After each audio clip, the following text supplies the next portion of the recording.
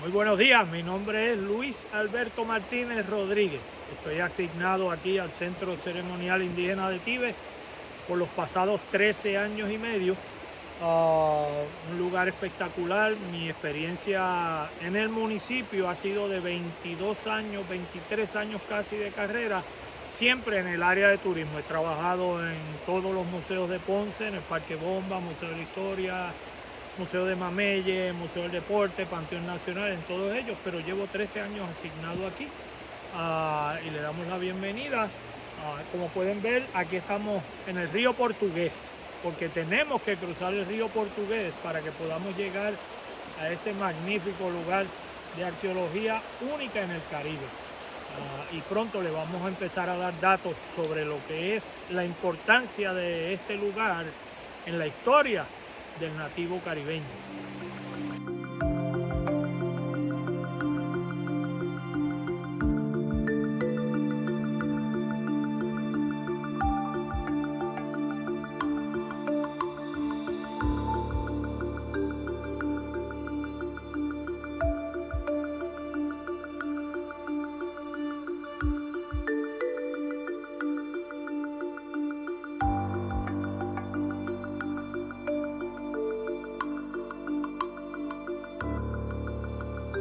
Bienvenidos todos nuevamente al Centro Ceremonial Indígena. Ahora entramos en otra etapa de lo que es el lugar. Y para que tengan una idea de cuán importante es este lugar para la historia del puertorriqueño, especialmente del nativo puertorriqueño, el originario, el que llegó, no el europeo, sino el indio ese que viene posiblemente de Sudamérica, del Amazonas, de la costa de Venezuela, brinca las islitas y llega aquí y se establece. Estamos hablando de culturas arcaicas que llegaron hace 5.000 años primero.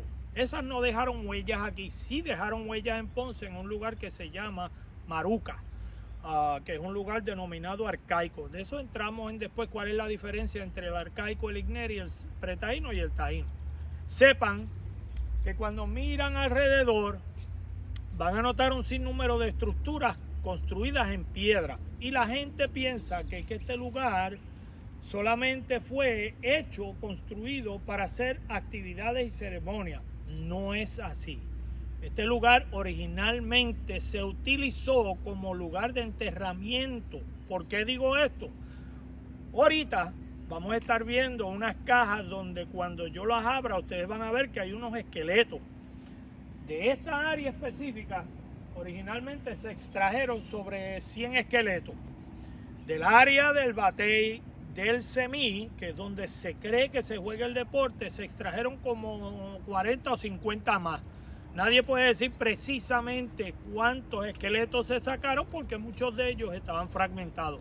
Lo que sí los arqueólogos todos están de acuerdo es que los esqueletos que se sacan de este lugar pertenecen a la cultura salaloide, que fueron estos indios que sí vienen del Amazonas usando el río Orinoco, llegan a la costa de Venezuela y empiezan a brincar las islitas menores. Hay una serie de salaloides que se denominaron como salaloides cedrocianos. Y la gente piensa, pues, ¿por qué cedrocianos? Bueno, porque en Trinidad y Tobago hay un lugar que se llama el Cedro. Y por ende se cree que cuando llegan ahí dejan huellas y entonces siguen subiendo. Noten o van a notar, mientras leen la historia de nuestros indios, van a notar que ellos no habitaron mucho las islitas menores. Hay una razón específica para eso, es que las islitas menores no tienen agua natural, no tienen río. Por ende, los indios siguen brincando hasta que llegan a lugares como Puerto Rico, que está rodeado de ríos. Y está justo en la punta de entre las islas menores y las islas mayores. Y como ellos eran navegantes, ahí estamos viendo que estamos hablando de un grupo de personas que eran conocedores de la astronomía, eran conocedores del mar, eran atrevidos, eran bravos, eran valientes. Entonces, pues podemos ver que, aunque nos interrumpieron un poquito, pues estos son los chicos de aquí. Pues estos indios sí se sitúan en esta área y lo más seguro tenían aldeas adyacentes y si alguien moría, aquí era que lo enterraban. Eso era un ritual, por ende se cree que era primero un lugar de ceremonia de enterramiento. ¿Qué pasa? Lo que lo hace distinto a otros lugares del Caribe, este lugar no solamente tiene esos enterramientos, sino que entonces los arqueólogos se maravillan al ver que los enterramientos estaban debajo de las plazas.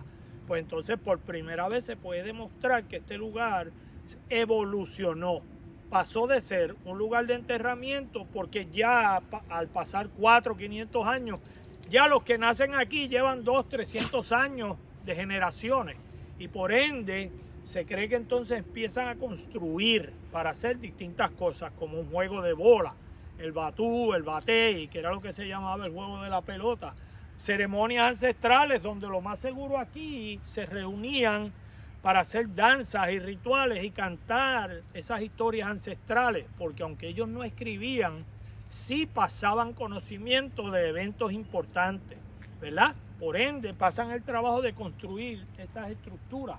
Aquí hay una estructura que es la Plaza del Sol, que no se ha encontrado ninguna similar en ningún lugar del Caribe. Por ende, ya le da más importancia a este lugar. Y eso es uno de los muchos datos que hacen este lugar único en el Caribe. Bueno, ahora nos encontramos en una de las plazas que es única en el Caribe. Y noten que estoy mencionando esto mucho, único en el Caribe. Y si no me creen, pues búsquenlo por Google o lo que sea y van a notar que no hay ninguna otra estructura que se asemeje a esta Plaza de la Estrella.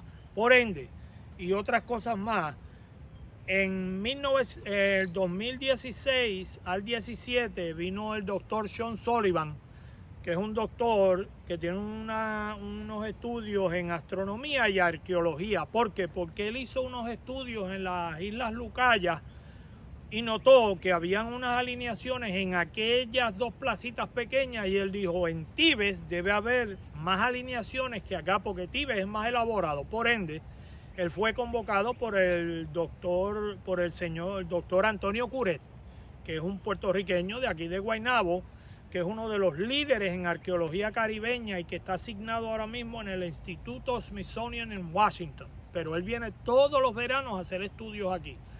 Él convocó al doctor Sean Sullivan, yo estuve presente y lo asistí durante todo ese mes de estudio de astronomía, fue exclusivamente de astronomía. Él utilizó aquella piedra del centro como punto central para empezar su estudio. Al final de esos estudios, él pudo descifrar que habían sobre 150 alineaciones, no solamente de los solsticios y equinoccios con distintas plazas, sino con números de estrellas, como la estrella polar norte, que tuvimos que venir de noche porque él quería ver si había alguna alineación con la estrella norte, que básicamente se cree que es lo que ellos usaban de noche para mantenerse en rumbo, en curso. Pues sí, pudo notar que esa piedra que está sola ahí, que yo pensé que eso era pues algo normal, y él alineó aquella piedra, esta que está solita ahí, y la punta del segundo triángulo, y había una alineación perfecta con la estrella norte. Y él dice, mira qué coincidencia. Esa es una de ellas. También pudo notar que en la plaza de una hilera, la salida del sol durante los solsticios y equinoccios alineaba, porque sabemos que el sol durante los solsticios y equinoccios se acuesta y vuelve a su lugar, vuelve y se acuesta y vuelve a su lugar. Por eso se llaman solsticios y equinoccios, tienen dos cambios y son 4 temporadas y cada temporada tiene 2 de ellas, salteadas por supuesto, solsticio, equinoccio, solsticio, equinoccio. Y aquí se han hecho estudios profundos sobre ese tipo de cosas, al igual que una pieza que vamos a ver en el museo cuando bajemos ahora, que nunca se supo de qué era, y él pudo ver, sacarle nombre y denominarla como un gnomón, y eso lo vamos a ver ahorita después que bajemos al museo.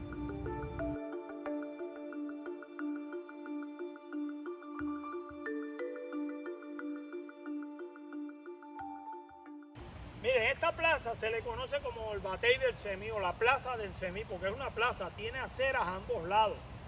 El río Portugués le pasa por el ladito, lo podemos escuchar casi. Pero aquí tiene una peculiaridad que por ende es que se le da el nombre de Semí, porque viene de como 4 pies de ancho, pero cuando llega allí hace un lomo y vuelve a su tamaño original. Los arqueólogos entienden que algún tipo de celebración se pudo haber hecho ahí o algún ritual, porque esto se cree, y noten la palabra que siempre uso, se cree, porque nadie los vio. Se cree que aquí es donde ellos entonces jugaban el famoso juego del batú o batey. ¿Ves? Que tiene 247 pies de largo y de ancho es como de 30 o 40 pies. Estamos hablando de un lugar donde no vendrían a jugar un 3x3. Allí era donde jugaban los equipos de cada aldea posiblemente, o aldeas, maybe varones y hembras juntos. Todo depende de lo que se fuera a hacer. Pero sí se cree que era el lugar donde lo más seguro se podía jugar, porque el río está al lado y por ende se refrescaban y se hidrataban. Ok, para que tengan idea de lo serio que es este lugar y lo importante, que está abierto hace 40 años. Por aquí caminan cientos de miles de personas anualmente, bueno, no anualmente, pero han caminado, yo diría casi hasta 1 millar de personas desde que abrió hace 40 años.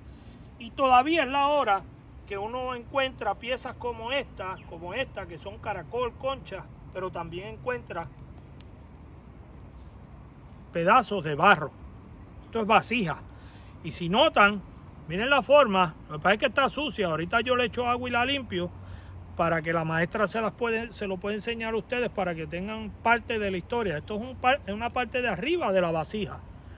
Quiere decir que esto posiblemente era una vasija ancha. Pero qué interesante que algo que alguien hizo con sus manos hace 1500 años, 1000 años, casi 2000 años, puede ser hasta 800 años atrás, y todavía se encuentra aquí, especialmente cuando llueve, porque lava el terreno. Esto es un pedazo de vasija, lo más seguro del tiempo salaloide. ¿Por qué? Porque es finita. Es finita. Así que ahorita veremos el producto final. El espino rubial no solamente te produce un tinte amarillo que está ahí, eso no se sale. Noten que en segundos ya está pegado, eso no se corre. ¿Ves? Ya este árbol no solamente te produce tinte, sino que también de la hoja te produce un aroma que es extremadamente fuerte y agradable. Ya estamos viendo que esto es parte de lo que es la naturaleza, que los hacía ellos peculiares en su entorno ambiental, porque eso es lo que tenían. Este era el Walmart, el Kmart. Esto era todo, la higuera. Con la higuera era que ellos hacían los vasos, las cucharas, los bowls, todo eso. Más entonces de la goma del árbol de cupey era que ellos sacaban la goma para hacer esa bola que rebotaba, que maravilló a los europeos cuando llegaron a Puerto Rico y al Caribe y dijeron: ¿y por qué? ¿Cómo esta gente hacen que una bola rebote? Pues era por la goma. Ellos eran unos expertos en su entorno. Y esto es solo un ejemplo. ¿Ves? Quiere decir que ellos se pintaban la piel, porque ellos no usaban ropa. Pero sí se protegían y se pintaban para a lo mejor identificarse con otras tribus. Posiblemente mezclaban colores, el amarillo con el rojo, que era el achote, para hacer otro color y viceversa. ¿Me entiendes?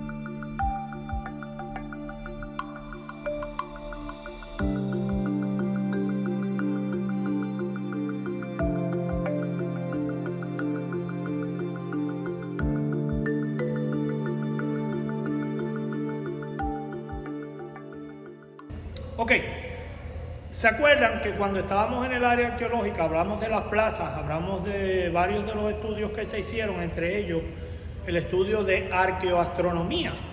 Pues esta piedra por muchos años fue un tema de discusión, porque algunos arqueólogos pensaban que era una cosa, otros que otra, hasta que vino el señor Sullivan, el doctor Sullivan, y dijo: pues mira, esto lo que tiene más sentido que fuera es un gnomón.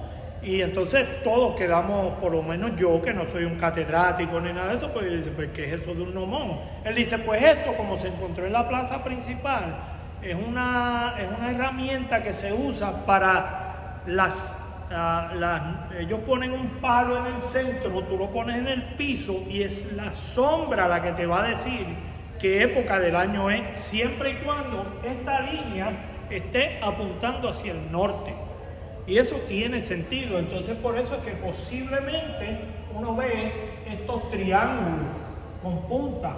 Y entonces él pudo hacer matemáticamente con Stellarium Software, puede notar que sí van a haber unas alineaciones con ese instrumento específico.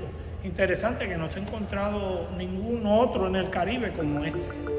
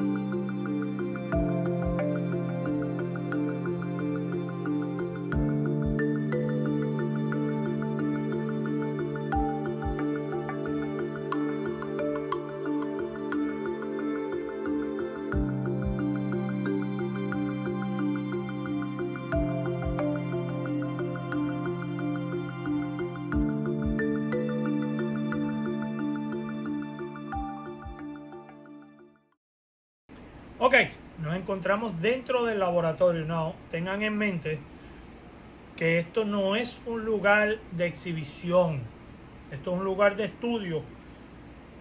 Por estas razones que ustedes ven aquí, van a notar ciertas peculiaridades de aquí. Por ejemplo, esta quijada, noten un lado más desgastado que el otro, cráneo posiblemente ya aplastándose, como vimos en el museo, en el área de los salaloides. Ellos tenían la tendencia de aplastarse la cabeza cuando bebés, ponerle una tabla maybe amarrada para verse distinto. Eso parece que con el tiempo se fue sacando del sistema porque a lo mejor era complicado y posiblemente doloroso para el niño. Eso no se sabe. Pero también tenemos otras quijadas, tenemos más muelas y tenemos un hueso aquí que de este hueso y a otros más es que ellos les sacan información. ¿Por qué? En nuestra cultura, aquí en Puerto Rico, solo se habla de taíno, ¿verdad? Y la gente se le olvida, como ya vimos en el museo, bajo evidencia, que había unos grupos que se conocieron como arcaicos, que eran más nómadas que los que vinieron después, como 2000 años después, que fueron los salaloides, que fueron los que usaron este lugar como lugar de enterramiento. Posiblemente con aldeas alrededor y alguien moría y ahí se enterraba. Pues los arqueólogos se dan a la tarea de estudiar estos huesos y entonces pueden ver un sinnúmero de diferencias en lo que fue la cultura y cómo evolucionó. Ya pudimos experimentar o ver físicamente que no solamente se sacaron esqueletos, sino que encima de los enterramientos estaban las estructuras. Eso demuestra evolución, eso no se ha encontrado en ningún otro lugar y por ende Aquí en Puerto Rico pues se habla mucho de solamente del taíno. Aquí no se encontró mucha evidencia del taíno, excepto una que otra piececita, como vasijas así, que se pueden denominar del tiempo taíno porque tienen una peculiaridad. Van a notar ese puntito al final de las líneas. ¿Ves? Son los arqueólogos dicen, sí se encontró un poquito de evidencia del taíno, pero no se encontró evidencia de que ellos utilizaran este lugar tanto como los ostionoides, ¿verdad? Y los salaloides. Una de las peculiaridades de estos grupos indígenas que empezaron a hacer vasijas con dos tipos de animales. ¿Qué estaban tratando de decir? Pues no sé, yo sé que el mono se brinca de rama en rama y tiene una habilidad increíble. ¿Y qué hace el carey? Bueno, tiene la habilidad de cruzar el mar a placer. La rana de reproducirse mil huevos. ¿Qué ellos están tratando de poner en estas vasijas? Pero por algo pasaban el trabajo de hacerlo. Al ver que son de distintos colores, se puede entender que eran vasijas que venían de otros lados. Ahí los arqueólogos se dan cuenta que este lugar se convierte en un lugar de reunión. ¿Ves? Porque ellos siguen encontrando material que no es exclusivamente de esta área. Por ejemplo, las vasijas, las conchas, las almejas, mucho material de mar que no es exclusivamente de esta área sur. Eso quiere decir que alguien la trajo aquí. Se supone, uno de las paleontólogas, creo que fueron, o las que estudian los huesos, hizo una observación en unos huesos que me enseñó la última vez que ellos hicieron excavaciones, y fue de unos huesos de foca caribeña, lo que ella cree que es foca caribeña, y la foca caribeña se extinguió hace 500 más años, parece. Y entonces ella me dijo, mira, y esto no es que fuera el collar de alguien porque no tiene rotitos los huesos, esto fue que este animal fue traído para consumirlo acá. Posiblemente eso indica que habían grupos que traían ciertas cosas que ellos se especializaban en cazar, mientras que uno de la montaña no podía cazar una foca caribeña, no vivían cerca del mar, pero esos sí eran expertos en lo que era la agricultura. O sea, se cree que aquí era un lugar donde se reunían de muchos lugares para hacer intercambios, aparear, para que en las aldeas no hubieran problemas genéticos. Posiblemente aquí era que conseguían pareja para sus niños y niñas o jóvenes de otras aldeas, y por ende pues hacían conexiones. Esto es solo parte de lo que quiere decir este lugar. Si tú notas, hay un sinnúmero de cajas con distintos números y distintos nombres, distintas profundidades. O sea que aquí, lo que hay aquí no lo hay en ningún otro lugar. En ningún otro lugar del Caribe hay una colección como esta, y por ende es que Tíbet es mucho, o yo diría el más importante que hay de lo que es nuestras culturas anterior a la taína, que fue el final de la evolución del indio.